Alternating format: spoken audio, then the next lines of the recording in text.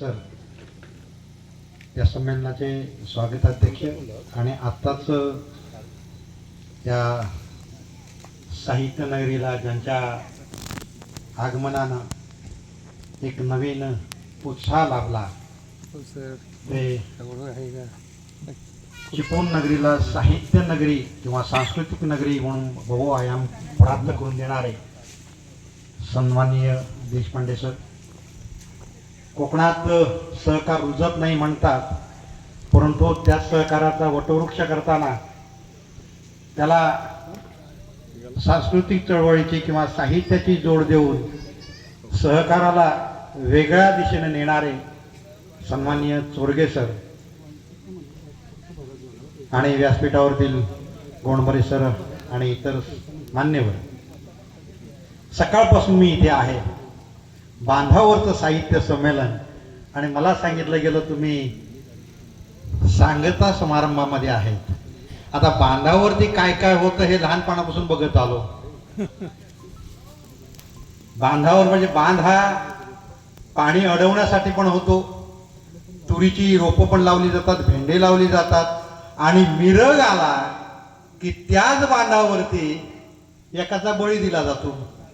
आता सांगता समारंभामध्ये मला थांबवलंय का याची मला भीती वाटली आणि म्हणूनच भीत या सांगता समारंभामध्ये सहभागी झालो.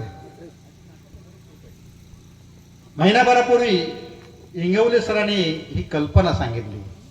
मी जरा मोहरून गेलो, कारण खरं पाहिलं तर ज्या काळामध्ये गावाकडे एखादी गाडी नव्हती, रस्ता नव्हता, त्यावेळेला सुद्धा आमची सांस्कृतिक परंपरा चालू होती. आम्हाला गाणी ऐकायला मिळायची आणि कितीतरी अर्थपूर्ण गाणी, ती सुद्धा शेतात लावणी करताना त्यावेळची माणसं भराभर लावणी करताना काय गाणी सुंदर म्हणायची. लग्नामध्ये गाणी असायची, जात्यावर जळताना गाणी असायची. एक म्हणजे या परत आठवणी जागृत करण्याचं काम त्या बांधावरच्या साहित्य संमेलनाने केलं असं मला वाटतं. आणि केवळ साहित्यिक पोपटपंची किंवा नुसतंच काहीतरी काव्य संमेलन झालंय आणि उरकलेलं आहे साहित्य संमेलन असंही नाही. कोकणची संस्कृती काय आहे या संस्कृतीचा आदर करून हे साहित्य संमेलन पार पडत आहे. सुरुवातीलाच या ठिकाणी या मातीतून मुंग्याने केलेलं वारूळ, जे वारूळ आमच्या देशामध्ये जेव्हा कुठल्याच देवाची स्थापना नव्हती केलेली त्यावेळेला ऋषीमुनी या वारुळांची पूजा करायची आणि आजही ते आमच्या कोकणामध्ये पद्धत आहे ऋषी पंचमी साजरी करण्याची. जिथे कुठे जंगलामध्ये, ही आमच्याकडे कोकणामध्ये बोंबाड म्हणतात त्याला, वारुळ हा शब्द हा प्रमाणित भाषेतला, पण त्या बोंबाडाची पूजा करायची आणि त्या बोंबाडाचं वरचं टोक उचलायचं, काढायचं आणि आतमध्ये ज्या मुंग्या किडे असतील त्यांच्यासाठी दूध ओतायचं, लाह्या ओतायच्या आणि या मातीच्या प्रती ही कृतज्ञता व्यक्त करायची. हे केवढं तरी मोठं काम आमच्या या जुन्या लोकांनी हे करून ठेवलेलं आहे आणि त्याची प्रचिती बांधावरचं साहित्य संमेलन करताना तुम्ही या वारुळाची आठवण केली, या मुख्य देवतेची तुम्ही आठवण केली, त्याबद्दल मी तुम्हाला स्वतःचा नमन करतो. कारण जिथे कृतज्ञता नाही तिथे कुठलेही सोहळे कितीही लाखाचे असले तरी त्याला अर्थ असत नाही. मित्र, त्यानंतर मध्येच एक मला गोष्ट फार आवडली.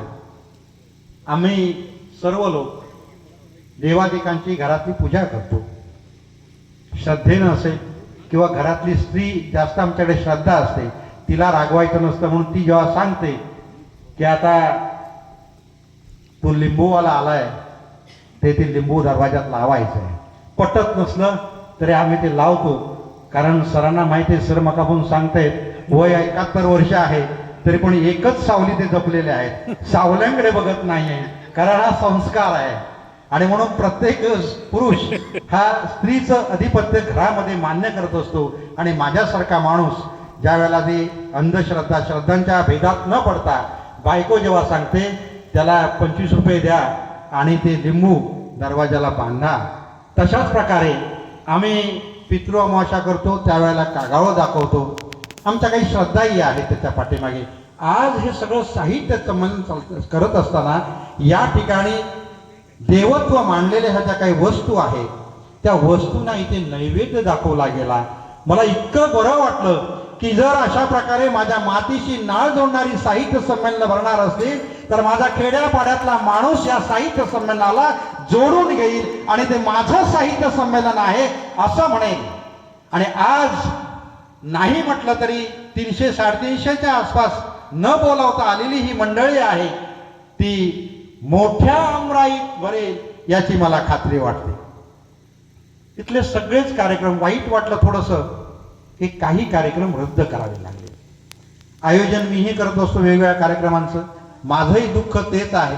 आम्ही 8 वाजता कुठल्याही प्रकार कार्यक्रमाची सुरुवात करायला म्हणतो आणि 8 वाजता कार्यक्रम गेला की दिवसभराचा कार्यक्रम त्या वेळेत संपतो. परंतु 8चा कार्यक्रम म्हात्रे साहेब आमच्याकडे 2.5-3 तासाने उशिरा होतो आणि मग मधले जे कार्यक्रम असतात आणि ते मग आपल्याला थांबवावे लागतात. नाराजी होते. आपल्याला याच्यासाठी पण काहीतरी करायला हवं. आपण छोटे मोठे हे सगळे कार्यक्रम करतो तेव्हा वेळेचं नियोजन हे आमच्या लोकांना सांगायला हवं. आणि वाट न बघता जे कोणी 4 भोई येतील त्यांच्याच खांद्यावरती पालखी द्यायची आणि मार्गक्रमणा करायची, कारण तो वेळेत कार्यक्रम होणं फार अत्यंत गरजेचं आहे. इथे कथा झाल्या, अस्सल मातीतल्या कथा. अगदी आज थोडीशी प्रमाणित भाषेत बोलण्याची थोडीशी स्पर्धा आहे, परंतु मला वाटतं खरा आनंद जो अभिव्यक्तीचा असेल ना तर तो आपल्या मूळ भाषेचाच असेल. काही जवळ असं म्हणताना तो जे काय म्हणतो त्याच्या पाठीमागे कितीतरी अर्थ लपलेले असतात किंवा तो एक त्याचा बाणेदारपणा असतो की जेव्हा ठामपणे जो बोलतो किंवा त्याच्याबद्दलची जोडी मैत्रत्व असतं ते सुद्धा एका शब्दात असतं. ते तुम्ही लाख शब्द इंग्रजीमधले मांडा किंवा आपल्या प्रमाण भाषेतील मांडा, ते सगळे फिके पडतात. त्या सर्वांना मी त्याचं कौतुक करतो. आणि अशाच प्रकारच्या बोलीभाषा आपण पुढे आणल्या तर शाळातून सुद्धा आमचे मास्तर सुद्धा प्रमाणित भाषेचा फक्त पाठ्यपुस्तक शिकवण्यापुरता त्याचा उपयोग करतील, मात्र मुलं खेळताना बागडताना त्यांना त्यांच्या भाषेमध्ये बोलू देतील, बागडू देतील असं मला वाटतं. मित्र, चिपळूणची ही मंडळी छोटे मोठे अनेक कार्यक्रम करत असतात आणि ते कार्यक्रम इतके दर्जेदार असतात. त्याच्या पाठीमागे कारण काय? ज्या शेतकऱ्याच्या पाठीमागे भाकरीची टोपली घेऊन त्याची बायको जात नाही तर तो शेती करू शकत नाही. तशा प्रकारे 4 बार्गेन नसतील तर कुठलाही सेनापती लढाईला जाऊ शकत नाही. तशाच प्रकारे कोणत्याही साहित्य संस्थेला तुमच्याकडे सकाळपासून बघतोय ते 4 कार्यकर्त्यांचे हात नसतील तर तुम्ही साहित्य संमेलन यशस्वी करू शकत नाही. आणि मला याच्यामधले ते हात वाटले ते स्त्रियांचे. आणि जिथे स्त्रीचा हात फिरतो तिथे लक्ष्मी वसते. आणि या लक्ष्मी आज खऱ्या अर्थानं राबताना दिसल्या. आज एकंदरीत उशीर झालेला आहे.